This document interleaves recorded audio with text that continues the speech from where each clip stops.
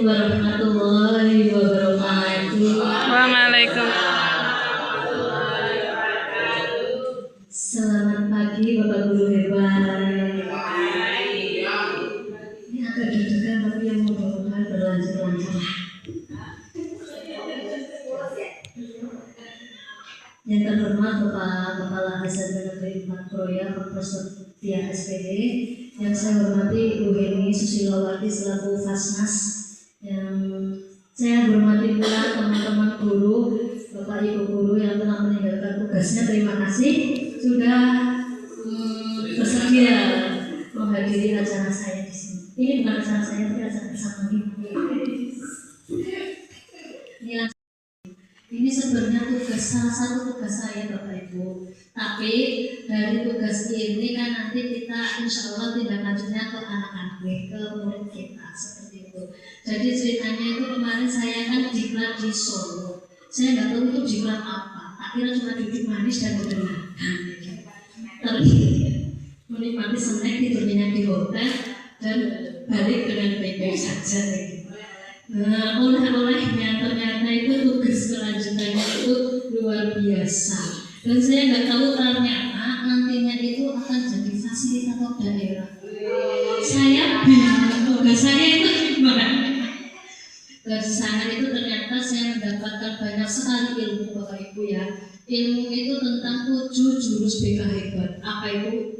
Nah awalnya saya juga tidak tahu apa itu 7 jurus BK hebat. Nah, di sini itu sebelumnya itu kan kita sebagai seorang pendidik, kita sebagai seorang guru yang memiliki berbagai macam karakter anak ya Bapak Ibu ya. Di sini kita dituntut bagaimana kita menjadikan anak didik murid kita itu sebagai murid yang berkarakter baik, yang berkarakter kuat seperti itu. Nah, di sini tugas saya nanti itu adalah bagaimana berpraktek baik. Tujuan dari kegiatan ini sebelumnya berbagi praktik baik tentang penerapan 7 jurus BK hebat. Yang kedua itu agar nanti semua Bapak Ibu guru itu mempunyai kompetensi keBK-an untuk mendampingi perkembangan pribadi, sosial, belajar dan karir murid kita secara menyeluruh. Jadi yang namanya guru wali itu Bapak Ibu. Jadi nanti guru wali sama guru BK itu kita saling kolaborasi. Bagaimana membimbing anak kita agar menjadi pribadi yang kuat. Di sini ya, di perkembangan zaman sekarang ya Bapak Ibu, perkembangan teknologi yang begitu dasarnya, anak-anak yang sudah menggunakan gadget, yang sudah tahu itu apa. Mungkin Bapak Ibu guru saya sendiri juga bingung karena anak-anak itu sudah keren dengan IT-nya, teknologinya, tapi kita malah ada bingung apa sih itu, apa sih. Nah, dari perkembangan itu kita sebagai seorang guru itu memiliki tanggung jawab yang berat Bapak Ibu. Jadi tanggung jawab kita itu memastikan mereka itu tumbuh bukan hanya cerdas akademik Bapak Ibu, tapi juga dengan sehat mental dan emosionalnya, dan juga berkarakter yang kuat seperti itu. Nah, makanya kenapa sih 7 jurus BK itu harus dikasihkan ke Bapak Ibu guru semuanya? Dan itu karena seperti itu Bapak Ibu. Kita sebagai guru itu tidak hanya memberikan pelayanan mengajar, tetapi kita juga harus bisa membimbing dengan tepat untuk melahirkan generasi yang hebat seperti itu. Jadi sekolah tidak lagi hanya untuk tempat belajar akademik, tetapi bertransformasi menjadi lingkungan belajar yang aman, nyaman, dan menggembirakan bagi setiap murid. Jadi sama juga dengan learning Bapak Ibu. Kita masih sejalan. Tujuannya, intinya tujuannya itu menjadikan anak itu aman, nyaman, dan menggembirakan ketika berada di sekolah. Kecepatan buat ini Bapak Ibu. Sebelumnya ini berdiri aja Bapak Ibu biar ada apa ya, agak rileks.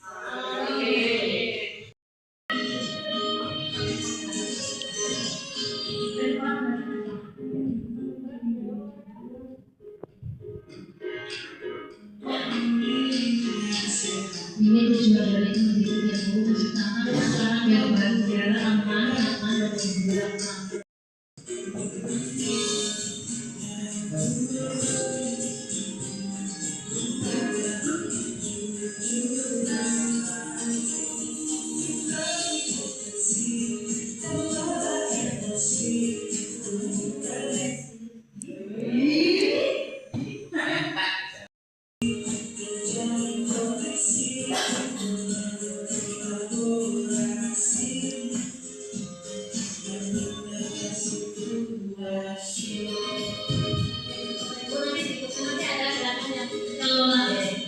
Potensi, kelola emosi,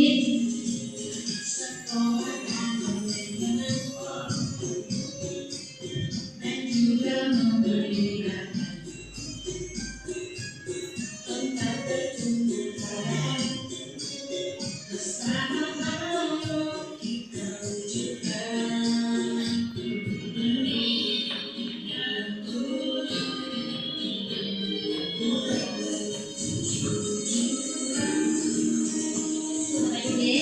potensi, kelola emosi, resiliensi, jaga konsistensi,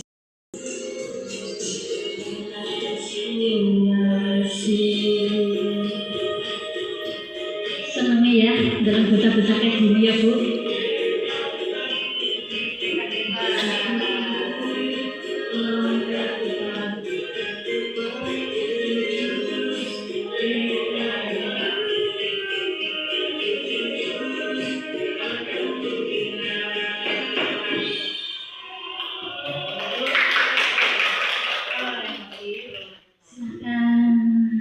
Duduk kembali Bapak Ibu. 7 jurus tersebut itu ada yang pertama kenali potensi.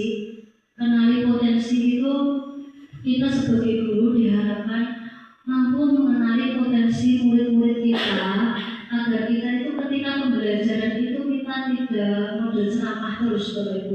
Jadi di situ kan ada beberapa macam gaya belajar, ada 3. Gaya belajar itu ada visual, auditorial, kinestetik. Itu ada 3 gaya belajar. Jadi ketika nanti kita mengetahui gaya belajar anak murid-murid kita, ya murid-murid kita dapat memberikan pembelajaran itu yang menyenangkan seperti itu. Jadi nggak mereka. Kita tahu ya Bapak Ibu di sekolah kita emosional luar biasa.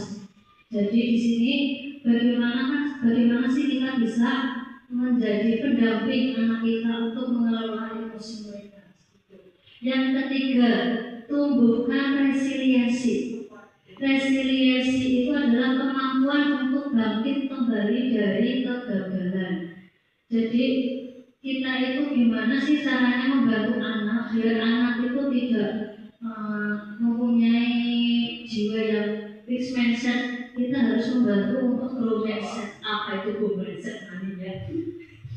Jadi grow mindset itu pola pikir yang percaya bahwa kemampuan, kecerdasan, dan bakat itu dapat dikembangkan melalui usaha. Jadi ketika anak-anak itu gagal, kita bisa mempunyai kemampuan biar anak itu tidak down seperti itu. Jadi ini menumbuhkan resiliensi, daya juang atau daya bangkitnya kembali. Yang keempat itu jaga konsistensi. Di sini kita menjaga karakter yang sudah terbentuk. Di sini kita jaga konsistensinya. Kita bisa menjadikan anak itu berkarakter. Kan kita setiap hari sudah ada itu karakter yang jaga tangan gitu Bapak Ibu. Terus ada lagi kebiasaan kalau tempat sampah buang sampah di tempatnya. Kita kebiasaan sholat dulu berjamaah. Dan itu kita menjaga biar konsistensinya itu tetap ada. Kebiasaan baik itu tetap konsisten.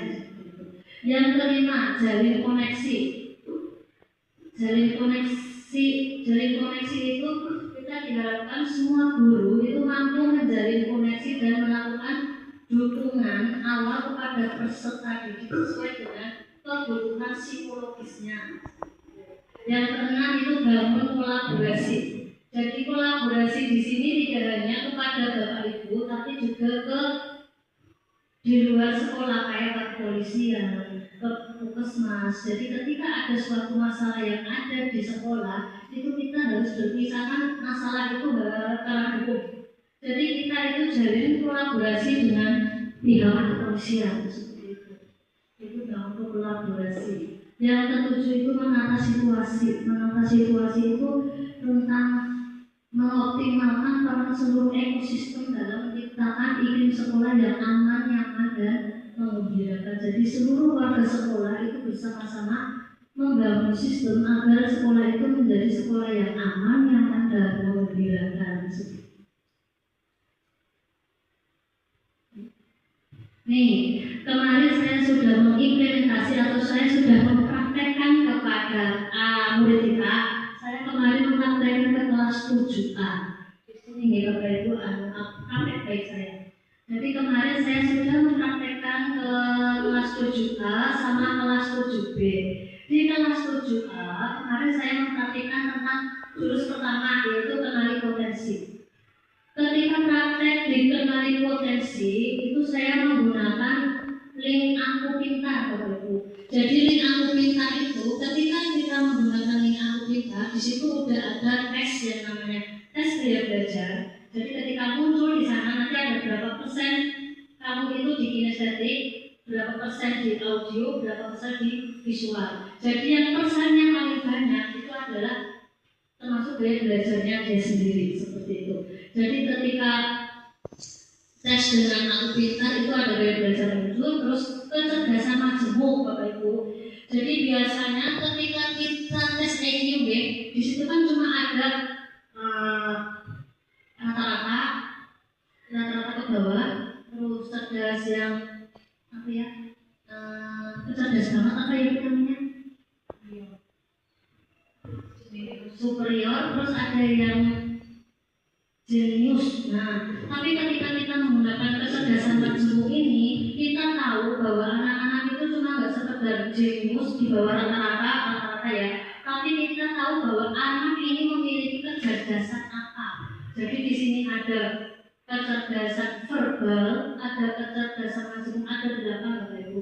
Ada 8 kecerdasan majemuk. Nanti dibahas di belakang ya.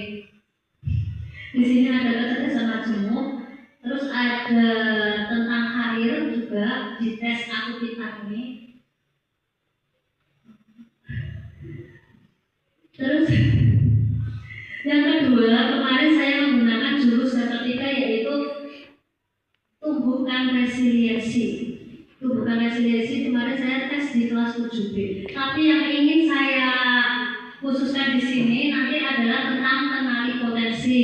Ini sebelumnya Bapak Ibu saya mau dibagi menjadi 3 kelompok. Dibagi 3 kelompok biar kita mengetahui kepilih sih. Nah, ini saya mau dibagi 3 kelompok, nanti tak kasih sebuah cerita. Yang pertama, ini ada cerita. Misteri kopi dan perjalanan di Tamanis.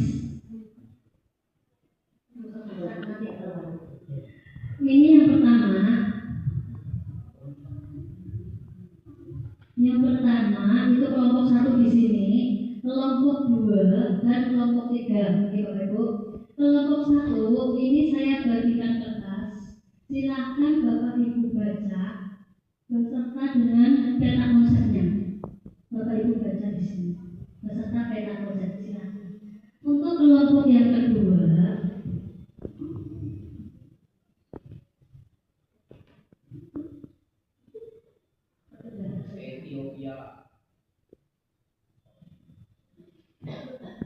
untuk yang kedua Bapak Ibu, saya bacakan.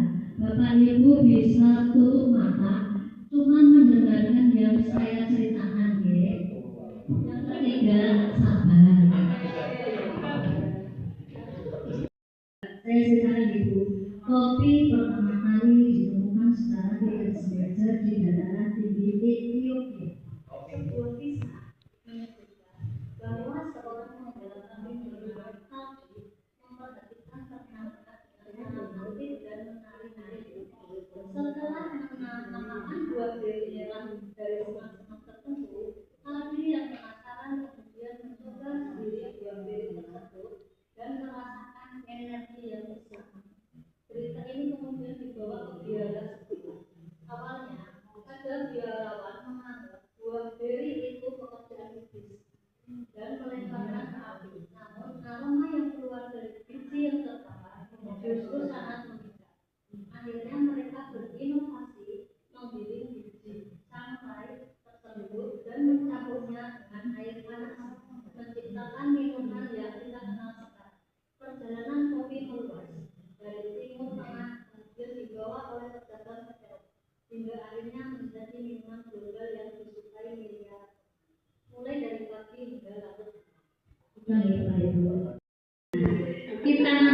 sini Bapak Ibu, ketika mendengar kata kado,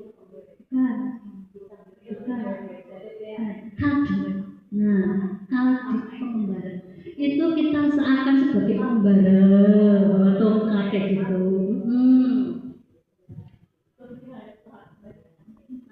Oke, Bapak Ibu.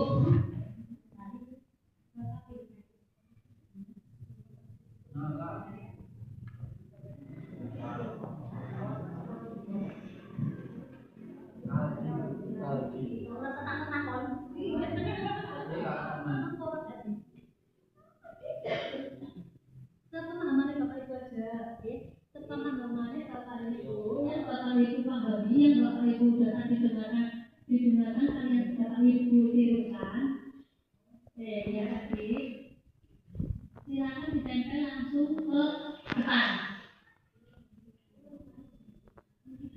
Yang nempel silakan langsung ke depan aja langsung Bapak Ibu, langsung maju. Yang nggak paham nggak usah maju nggak apa-apa. Jadi ini nanti intinya itu tentang jenengan pemahaman jenengan dari yang saya sampaikan. Kalau nggak paham belum pahamnya nggak usah maju, biar pahamnya aja langsung maju sekarang. Silakan Bapak Ibu. Harus paham. Pertanyaannya semua sama. Iya.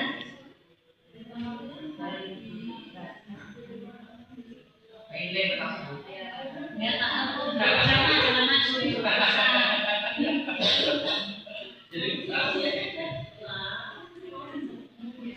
Pak Usain yang masuk Pak.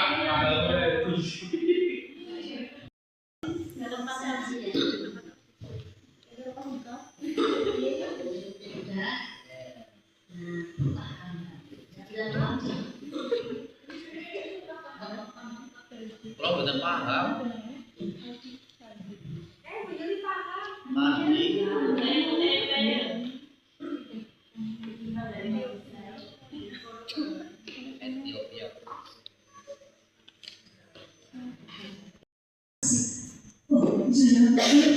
Apalagi ketika kemarin saya praktek di kelas 7A, itu adalah rata-rata itu kinestetik.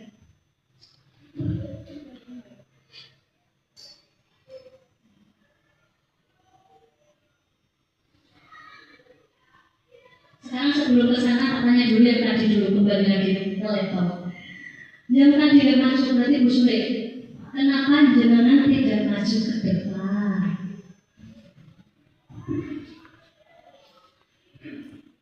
Terima kasih untuk Bu Tina. Maaf saya tidak maju ke depan karena saya dikasih bacaan sendiri untuk membaca saya males. Terus mungkin sebagian anak kalau misalkan disuruh membaca itu kurang minat untuk membaca. Lebih anak-anak lebih ini menurut saya ya lebih suka untuk langsung dipraktekkan. Terus setelah dipraktekkan juga kasih pertanyaan untuk memicu itu bisa menjawab. Seperti itu Bu Tina. Berarti tidak sesuai dengan maaf. berarti tidak pas nih. Coba Bu Yana, kenapa Anda tidak maju? Terima kasih. Yang nomor 2-nya itu saya nangkap gerakan fokus pada gerakannya, jadi ini gimana jadi tempatnya nggak di otak saya kayak begitu Bu. Menurut Bu Erna, berarti penyampaian seperti saya seperti tadi itu bisa masuk apa enggak? Bisa. Tapi kalau saya ya mau saya Yang maju bagus. Karena jenengan bisa menjawab berarti paham. ya tadi sebenarnya pas sebelum diceritain Cumprong itu sudah ada di sana, sudah ada di layar ya, jadi membaca di layar itu jadi bisa nulis. Tapi sebenarnya tadi yang itu dari negara mana itu ada lupa satu dari negara mana ya. Padahal yang di itu pertama itu di Biana. Itu termasuk juga. Nah ini tadi yang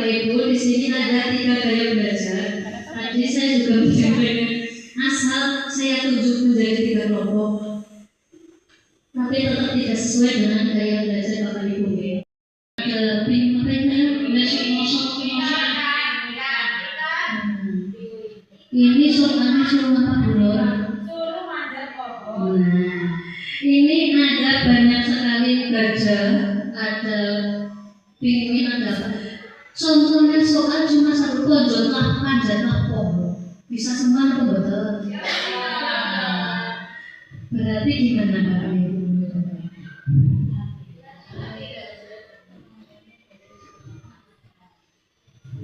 Artinya setiap anak itu mempunyai kemampuan untuk gaya belajar yang berbeda-beda. Kita tidak bisa melakukan satu teknik mengajar kepada keseluruhan siswa kita dalam satu kelas.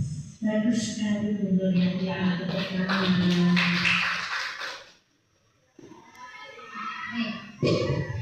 Ini Bapak Ibu, kemarin yang sudah saya sampaikan ke kelas 7A, yang saya praktekkan langsung ke kelas 7A, itu di sana anak-anak yang banyak banget di bawah itu adalah kinestetik Bu.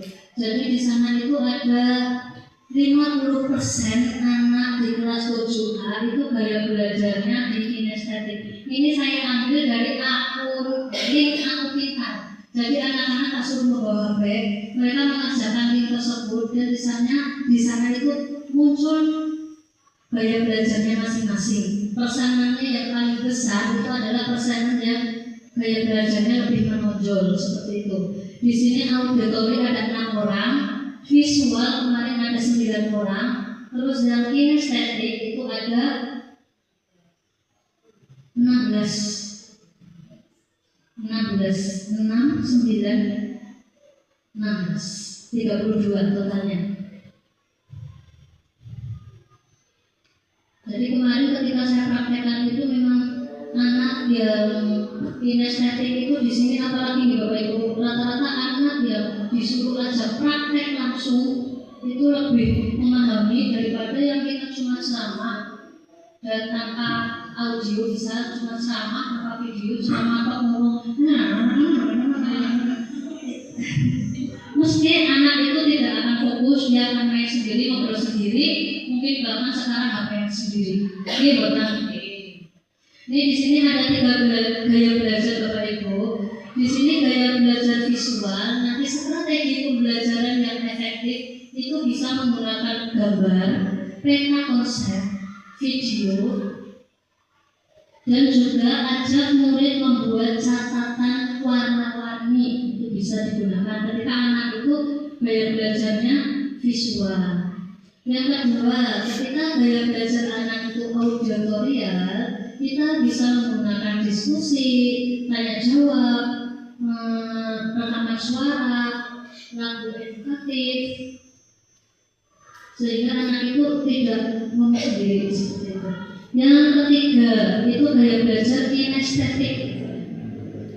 Gaya belajar kinestetik pasti dapat semua di Bapak Ibu dengan cara praktek secara langsung. Jadi praktek bagi saya di sini yaitu pemanfaatan peta gaya belajar untuk menyusun strategi pembelajaran. Kemarin saya menggunakan gaya belajar untuk membuat pembelajaran di kelas itu lebih mengasihkan seperti itu. Nih Bapak Ibu sampai di ujung aja. Di sini nanti mau nggak Bu Bapak Ibu saya bagikan link yang Aku Pintar. Di sini nanti saya bagikan link Aku Pintar. Saya bagikan terus saya tantang lah Bapak Ibu ya. Saya tantang coba Bapak Ibu mempraktekkan itu ke kelasnya masing-masing dan bagaimana hasilnya ketika Bapak Ibu itu dengan pembelajaran yang sesuai dengan gaya belajar murid-murid kita seperti itu. Jadi kan pertama yang kita bagi, terus kita di situ menghasilkan gaya belajar anak. Nah, ketika gaya belajar anak itu kita sesuaikan dengan cara pemahaman anak, itu gaya belajarnya seperti apa? Siap Bapak Ibu?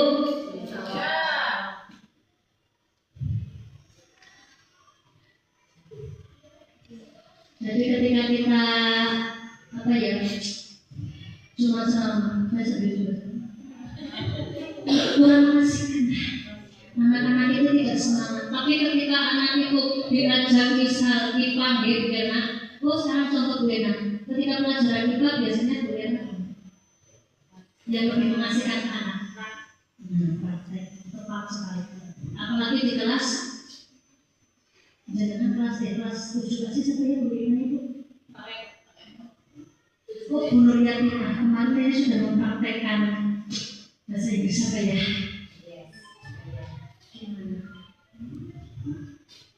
Kelas 11 Iya, untuk kata-kata di kelas 7A setelah saya mempraktekkan plotting dari bahasa siswa itu memang sebagian besar itu kinestetik. Jadi kerja saya untuk mengajar dengan 3 cara gaya belajar mereka. Begitu. jadi praktekkan apa? Karena sudah pernah mempraktekkan kelas 7A dengan cara belajar kinestetik ya. Sudah pernah mencoba mempraktekkan? Sudah. Oh ya, kemarin wawancara apa ya? Betul ya. Kemarin itu juga sudah praktek. Kemarin mempraktekkan dengan mewawancarai saya dengan bahasa Inggris. Betul. Saya kan Sampaiannya itu memang belajar bahasa Inggris praktek langsung karena sebagian besar kan kinestetik. Jadi saya mempraktekkan ke mereka untuk praktek langsung tanya jawab menggunakan bahasa Inggris karena yang saya ajari kan bagaimana mereka bisa speaking aktif gitu di kehidupan sehari-hari. Jadi dipraktekkan minimal di lingkungan sekolah dulu, pertama di kelas, habis itu keluar untuk mencari guru selain guru bahasa Inggris. Begitu. Salah satunya saya ya Bu. Ya, korbannya. Saya korban diwawancarai dengan bahasa Inggris. Aduh.